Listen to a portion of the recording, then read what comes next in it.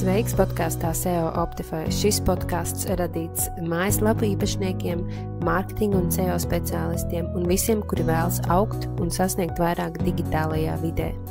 Ja šis saturs tev šķiet vērtīgs, abonē podkāstu, un ja epizodes laikā iedomājies par kādu kolēģi vai draugu, kam šī saruna varētu noderēt, padalies ar šo epizodi tālāk. Šodien pie mums SEO Optify podkāstā ir ciemos cilvēks, kurš sociālo mēdīju pasaulē ienes gan skaidrību, gan cilvēcību.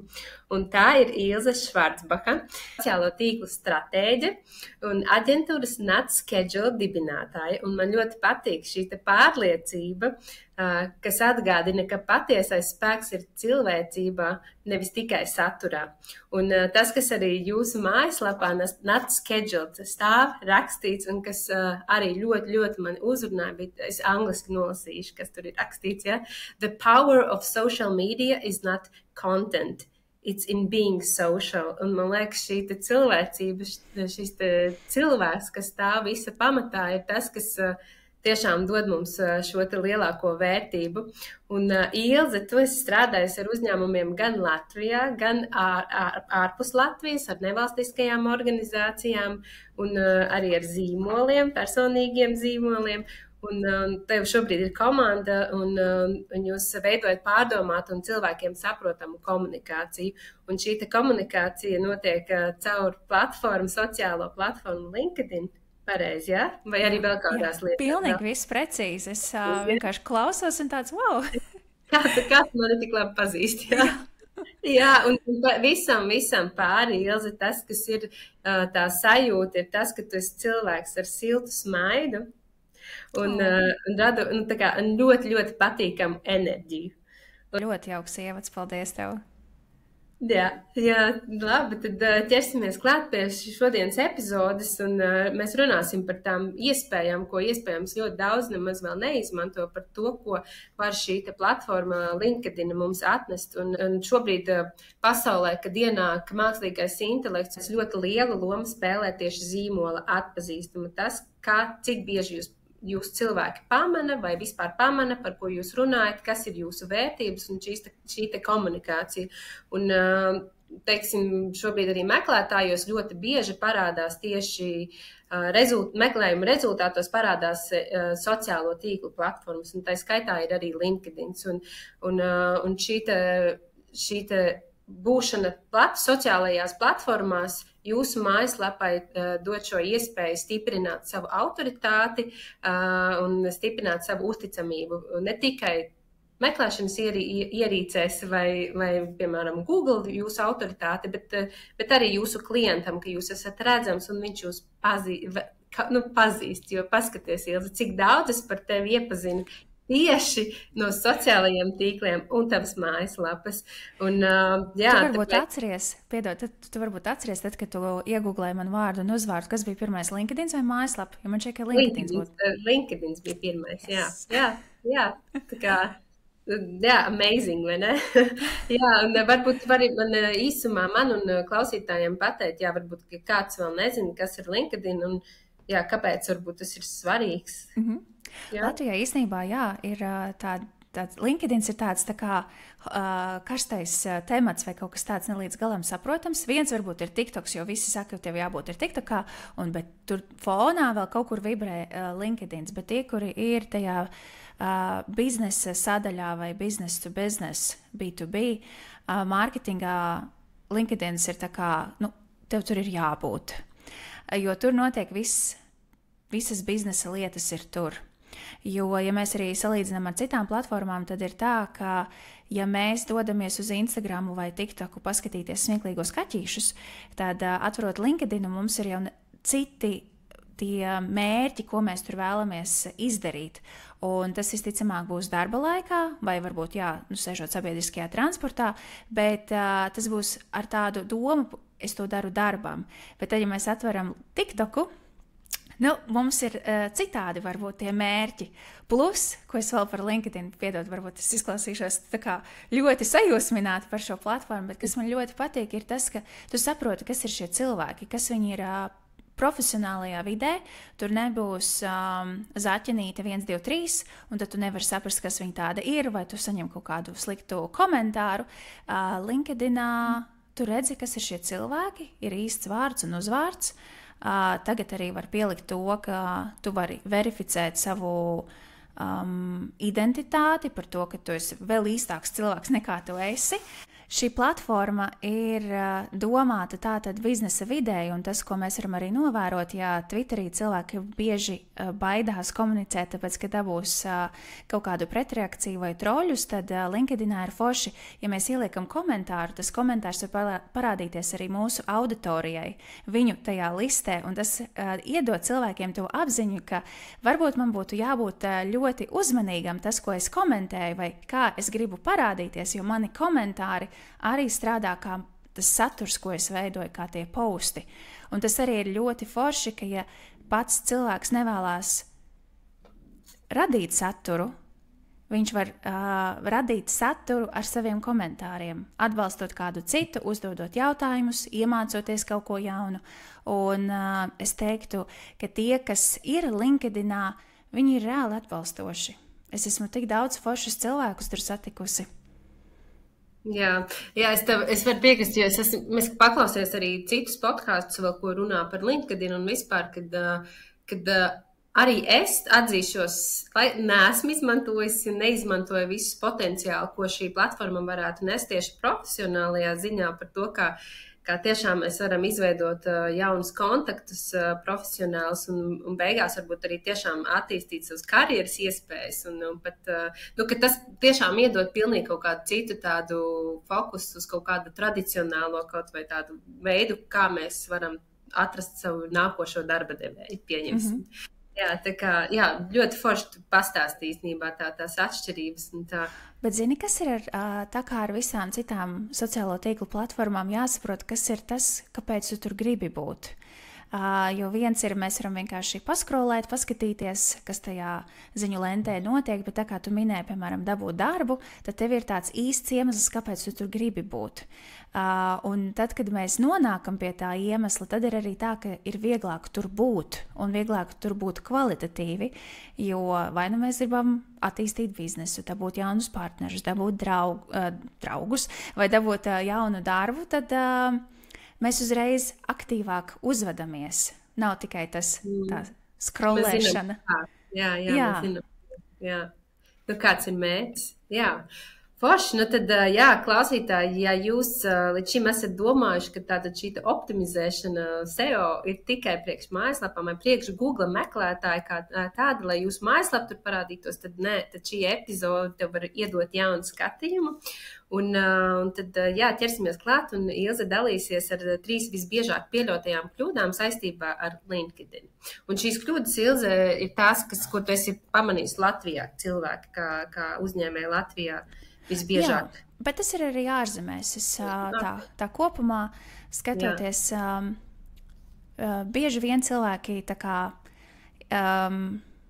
iedomājās, ka LinkedIn ir tāds virtuālais CV.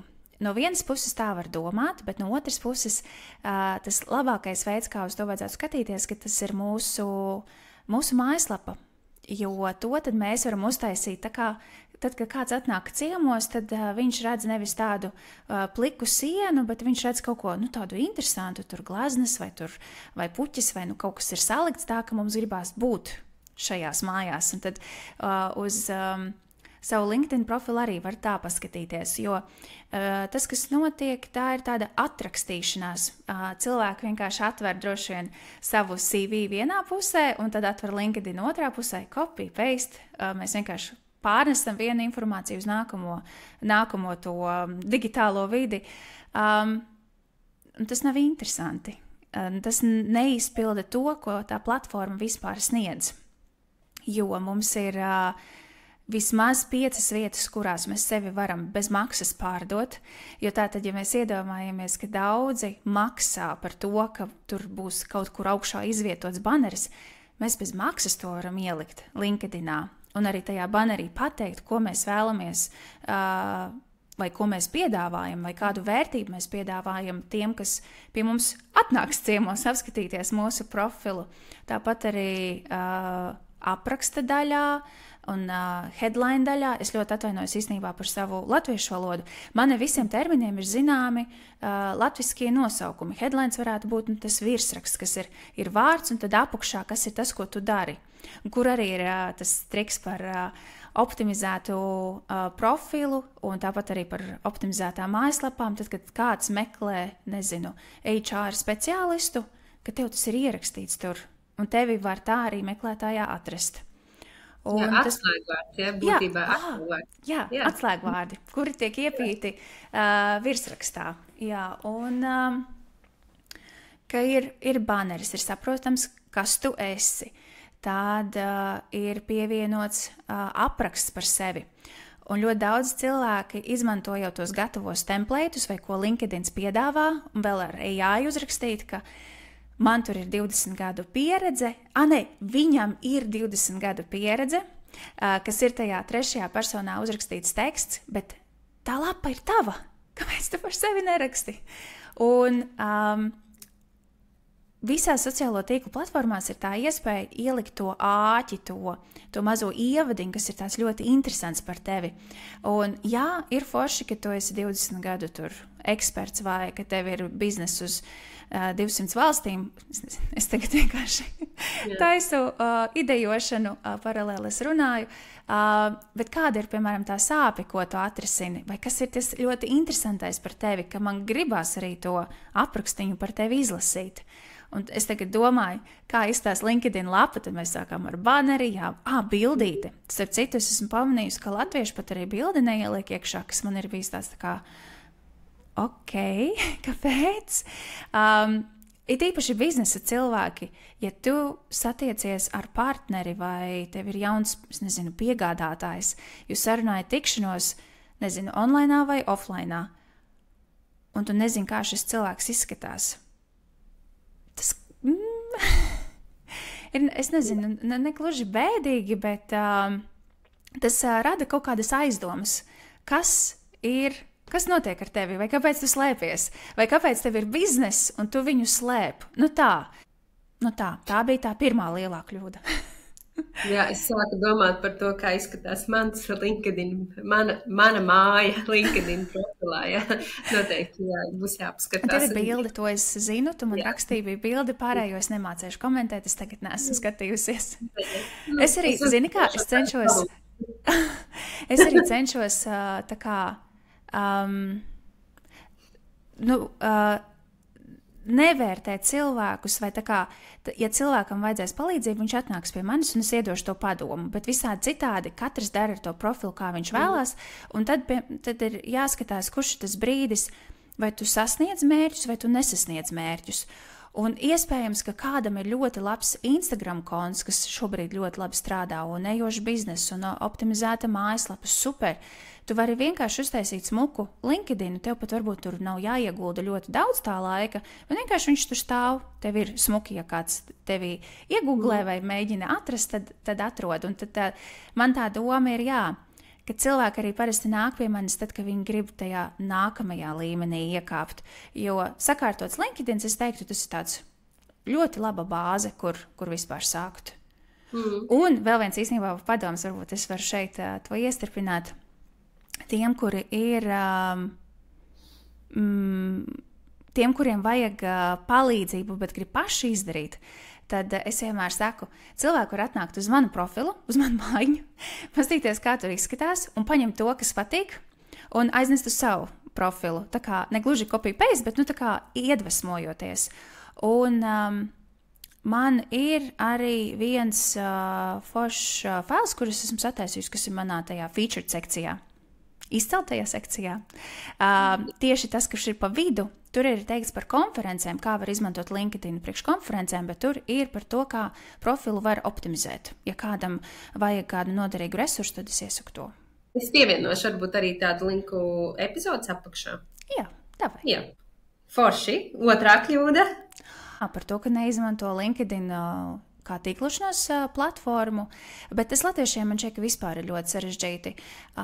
Mums vieglāk ir aiziet samaksāt lielu naudu uz kādu uzņēmēju kopienu, kur tad mēs tiekam ielaisti vienā istabā, un tad mums tagad ir jārunā vienam ar otru, bet tā pati funkcija īstenībā pildās arī LinkedInā. Vienkārši tas notiek digitāli, un mēs to darām skatoties uz tiem signāliem. Ja es, piemēram, ielieku postu, tu būsi viņu ielaikojusi, un es paskatos, Melānija, ko tu dari? Es tev varētu uzrakstīt un teikt, super, cik forši, ka tu ielaikoji manu postu. Man ļoti patīk tas, ko tu dari. Zini, man ir problēma, vai man vajag kaut ko atrisināt, vai tu esi domājis par šo un to. Un tā kā, un tas nebūs pat tā, ir tie augstās ziņas, ko ļoti daudz grib izmantot. Ok, to arī, protams, var darīt. Tas LinkedIn nav tā, ka viņam tas viņi to ļoti atbalsta, bet ir visādi tie veidi, kā tur var apiet to, ka to profilu tev aizslēdz, bet to var darīt arī šādā te dabīgā veidā, ka mēs izmantojam to tīklošanos. Ja kāds cits ir ielicis postu, mēs uzrakstam komentāru, viņš mūs pamana, un šādā veidā, es pieņemu, man ļoti daudzas lietas ir notikušas un durvis atvērušās, un ir būts un ir darīts tikai tādēļ, ka es izmantoju šo tīklošanās opciju. Cik bieži mums vajadzētu tur parādīties, lai mēs varētu to teikt, ka mēs tur tīklojam, vai ka mēs, tā kā, lai mūs pamanītu varbūt. Jā, īstenībā tas, ko tu teici. Vai ir kaut tāds biežums, cik bieži mums tur vajadzētu, ja, piemēram, tur Instagramā un TikTokā ir katru dienu, vai, tā, lai ir regularitāte, vai LinkedInam arī ir tas pats? Es laikam sāktu, ja ir pilnīgi šobrīd nekas nav darīts, tad sakārtot profilu un vismaz pamēģināt vienu reizi nedēļā ielikt to postu un būt tur un būt klātesošam. Tā kā, protams, ka vēl lielāki eksperti, guru ar 100,000 sekotāju, viņi teiks katru dienu, tur 7 dienas nedēļā tev jāliek posti, bet es vienkārši zinu, ka, ja tu vadi biznesu, nevienmēr tas sanāk.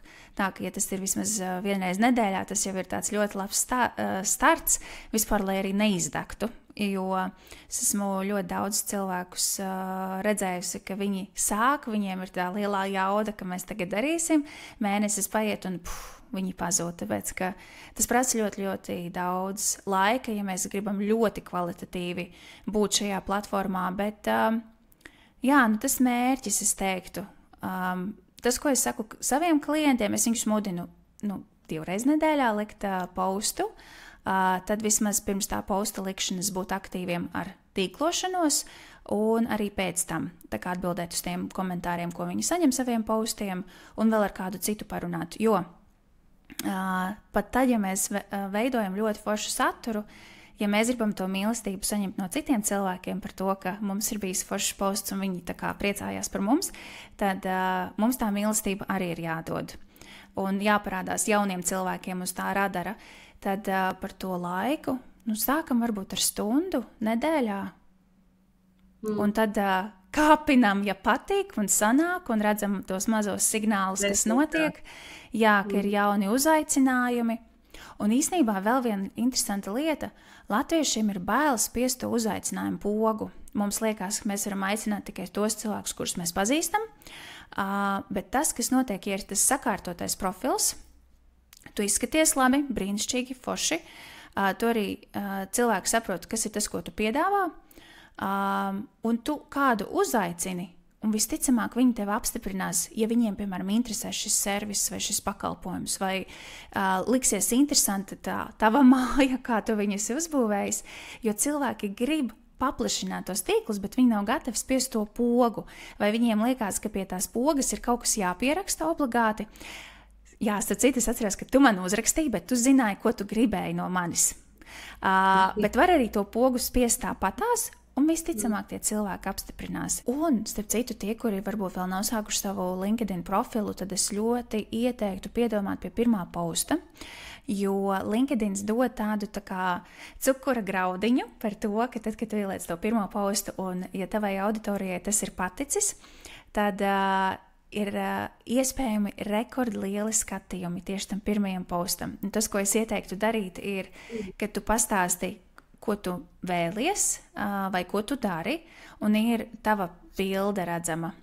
Jo tad, ja tava auditorija tevi atpazīst, ka jā, tā esi tu, tad viņi liek sirsniņas vai liek komentārus, un tad uzreiz algoritmam ir tas, ka čink, ok, šis ir labs posts, un es viņu rādīšu tālāk, un tu esi vēl cilvēks, kurš nav bieži postojis, tad es tev bišķiņu pacelšu saulītē, lai tev iepatiktos radīt saturu, tāpēc, ka procentuāli tas ir tikai 1% no cilvēkiem, no visas pasaules, vai no visiem tiem, kas lieto LinkedInu, ka rada saturu. Tas ir mazs skaits. Tāpēc es pat teiktu, ka mums latviešiem ir ļoti vienkārši tur izcelties. Es saku vienkārši, ja? Jā. Mums vienmēr tas darbiņš tur ir jāiegulda, bet to pirmo postu, jā, var labi pacensties, bet pēc tam neesiet pārsteigti, ka jums to saulīti nedaudz parādīja, un tad ir bišķiņ tāds jau ar mākonīti visi pārējie posti, tāpēc, ka viņi nebūs tas pats efekts, kā tas bija pirmajā reizē, bet tas iedod to garšu, kā var. Tā kā ka gribās vēl mēģināt, jo es taču zinu, ka varēja tik daudz skatījumi būt.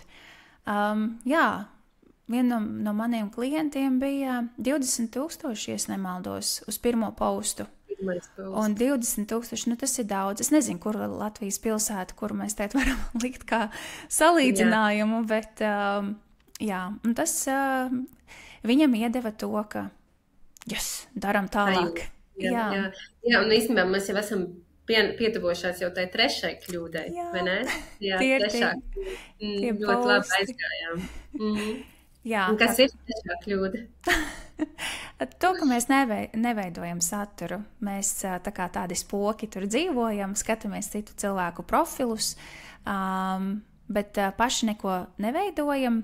Un es arī teiktu, ka te ir tāds, viens ir, mēs neko nedaram, mēs nelaikojam, bet mēs tur tā kā eksistējam, tad ir tie, kas taisa visu laiku kādus repostus, bet tad, ja es nonāku tavā platformā, tad, un es redzu, ka tev ir repostēta informācija, es redzu, ka tu esi vismaz dzīvs, bet man nav nekāds tā kā sapratne, vai kas ir tas, ko tu dari, vai ja es tev, piemēram, rakstīšu ziņu, vai tu man atbildēsi, un tad ir tie cilvēki, kas vismaz ik pa laikam ieliek kādu informāciju par to, ko viņi dara, tad es rakstot zinu, ka varētu būt tā atbilde, un veidot to uzticamību par to personu. Tā ka, ja ir pat viens posts nedēļā vai mēnesī, tas jau ir tā, ka super, ļoti labi. Jā, bet īstenībā pie šī sava satura veidošanas, un ja, piemēram, tu esi mājaslapas īpašnieks, un tev ir sava bloga lapa, un tu regulāri, piemēram, veido saturu tur, tad šī informācija visa var tikt pārveidot arī tādā, teiksim, postā priekš LinkedIn, un kur tu vari mierīgi ar savu lapu savienot atsauci kā savu mājaslapu, un tu būsi ieguvējis, tāpēc, ka tu iegūsi šo te atpakaļ saiti uz savu lapu, kas paceļ savukārt pozīcijas, tavu autoritāti Google un tādā uzticamībā. Tāpēc šis te saturs, kas iet no vienas platformas uz otru, ļoti, ļoti var palīdzēt, varbūt atvieglot šo te ideju ģenerēšanu tieši priekš LinkedIn, piemēram. Jā, es ļoti šim piekrītu, tāpēc, ka ļoti daudz informācijas sanāk tā, ka ir tā kā atrauti, vai mēs taisam vai YouTube saturu, vai mums ir blogs, un viņš nekur citur neparādās. Un man bija intervija ar vienu uzņēmēju pirms kādiem 2-3 gadiem, un man ļoti patika tas, ko viņš pateica par to, ka būšana sociālajos tīklos mums vajadzētu to uzskatīt kā daļu no sava darba. Jo tad, kad mēs mainam šo te uztveri par to, ka man atkal jāliek kāds posts LinkedInā, uz to, ka man šis ir svarīgi, jo tas ir manam biznesam, tad izmainās tā attieksme, vai tas nav vairs tāds tā kā apgrūtinājums, ka sociālie tīkli, ka nesaprot varbūt to vērtību, kas tajā tur ir, un kā tas var palīdzēt ilgtermiņā. Un jā, un blogā jau visticamāk mums ir arī bildes, kur tur jau vizuāls jau ir gatavs. Un vienīgais, ko es neieteiktu, un es esmu diemžēl redzējusi, ka tā dara, paņem nokopē, piemēram, no bloga kaut kādu to ievadiņu, jo tas ir bijis tāds, nu mēs tur kārtīgi pastrādājam pie ievadiņu, nokopē, un tad to vienkārši iemet, un tad ir tā kā tas ievadiņš, links, lasiet manu blogu tālāk, un tad ir bildīta. Un ir tā, ka es gribētu pajautāt tiem, kuri klausīsies, cik daudzas reizes jūs esat uzklikšķinājuši uz tādiem postiem, kas jums saka, ja tu gribi lasīt vairāk, tad spiedz šeit. Es esmu.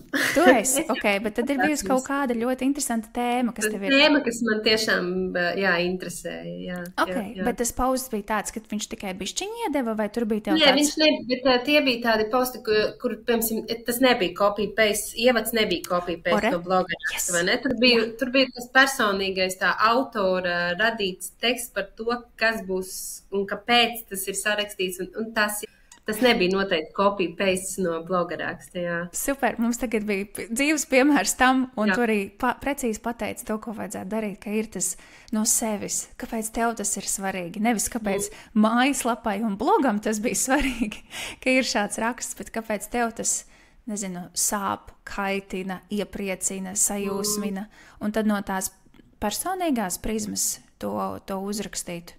Un uzreiz mainās tas, ka tas ir radīts nevis tam, kā cilvēki meklē kaut ko internetā, bet tam, ko cilvēki sagaida sociālajos tīklos, to īsto, tās emocijas. Un, jā, es esmu par to, ka blogu izmanto. Vai ka mēs esam gudri tajā veidā, kā mēs veidojam saturu?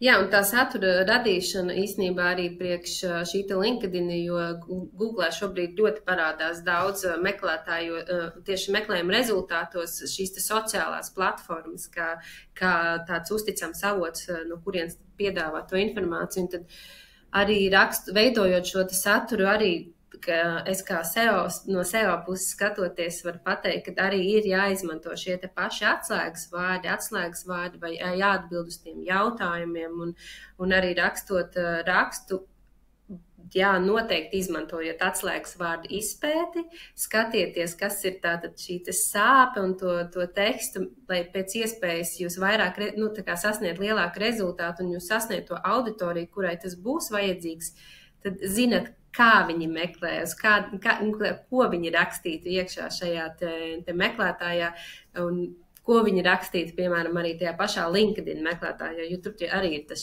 search lodziņš, kurā var meklēt tad informāciju pēc topika. Es redzu, kā LinkedIn šī te komunikācija, kas arī man ir sākusies diezgan nesen, nes man tiešām šo te tīklošanos, ka es no savas puses tiešām redzu, ka es nebiju to izmantojis, un man ritīgi patīk, ka veidojās šīs atgriezeniskās saiti, un tieši tā, kā tu minēji, bija tas par tiem komentāriem, un par to, ka es saņemu atpakaļ komentārus vai par šīm vēstulēm un uzaicinājumiem jauniem, tā kā, jā, man liekas, šī mūsu saruna vispār nāk tā ritīgi rītīgi īstajā brīdī, un tādā ziņā arī, ka šobrīd mainās vispār meklētājs, kā, piemēram, Google. Vakardien bija lielā konference, kad Google apvienojasies ar Gemini, un tad palaidīs, kad ir vienkārši AI search. Tāpēc man bija tā jaunā feature. Es tieši domāju, ka vakardien es rakstu, un man parādās tas Google AI. Overview. Jā, vakar Latvijā arī bija dzirdēts, ka parādās šis Google Overview. Okay. Tas jau kādu laiku ir iznācis. Meklētājs mainās, un tas, ko mēs ar Agnes arī šodien sarunā, mums bija sazvans, un mēs runājām par to, ka tas, kas šī laikmetā šobrīd ir, tas ir jūsu zīmola atpazīstamība, jūsu cilvēcība, tas, ka jums ir jārāda, ka aiz jūsu biznesa stāv cilvēks. Un tas, ka jums ir jāveido tiešām tas mūžzaļais saturs, kas nes vērtību, kas būs aktuāls jūsu klientiem, jūsu auditorijai. Un kad saturs ir karalis, un saturs tas, ko jūs veidojat LinkedInā, pieņemsim, ja? Vai jūsu lapā, tas ir ļoti būtiski, lai jūs saprotat savu mērķi, kam jūs to rakstat, kāpēc un kādus atslēgas vārdus jūs arī to izmantojat.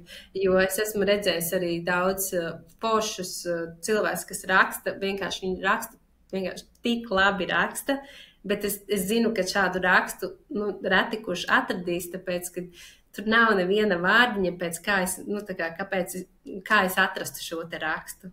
Es viņu varēju atrast tikai tāpēc, ka es šim cilvēkam sekoju un zinu, bet jā, ļoti, ļoti forši un ļoti vērtīgi, Ilze. Es domāju, ka jā, laiks arī ir paskrējis.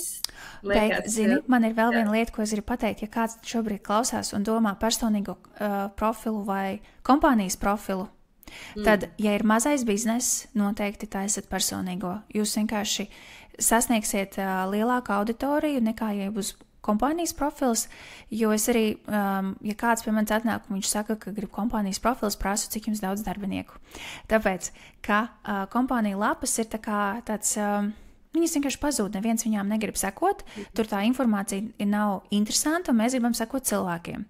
Un tad, ja mēs arī skrūlējam pa to lapu, mēs redzēt varbūt vienu kompāniju starp 10 citiem ierakstiem, un tāpēc, lai ietaupītu visu mūsu dārgo cilvēku laiku, tad tas personīgais zīmols būs vienkārši vieglāks. Ja jums ir kompānija un jums ir darbinieki, tad to lapu var uztaisīt, kas arī vienkārši ir kāds ieliek Google jūsu nosaukumu, tad parādās lapa, tur arī var tāpatās visu smuki optimizēt. Un, jā, bet tos postus tad laist no personīgā. Bet, ja kādam ir vēl kāds jautājums, tad droši var arī man uzrakstīt. Man ir 15 minūšu bezmaksas saruna iespējama, un ja es kādam varu palīdzēt, vienkārši tā pasakot, ko darīt, galvenais, lai iekustinātu to mehānismu, izmantot šo platformu, tad droši, jā, sazvanamies. Jā, sazinamies tieši tā, un es gribu aicināt tiešām, tad, ja jums ir šie LinkedIn profili, tad, jā, kā saka, ejiet pie Ilzes uz mājām, uz viņas LinkedIn profilu un piesakojiet un mācamies no labākajiem. Jā, Ilze, vēl vienreiz paldies tev par šo sarunu un klausītāji, ja jums šī epizode bija vērtīga, tad abonēt mūsu kanālu un tiekamies nākamajās epizodēs un aicinu vēl labāk jūs rīkoties un ierakstiet komentārā, kas ir tā viena lieta, ko jūs šodienas epizodē varat paņemt līdzi priekš sevis, priekš sava biznesa vai vienkārši priekš personīgā zīmola. Jā, ierakstiet komentārā un šie te jūsu atgriezeniskā saite mūs, jā, Sildīs sirdis.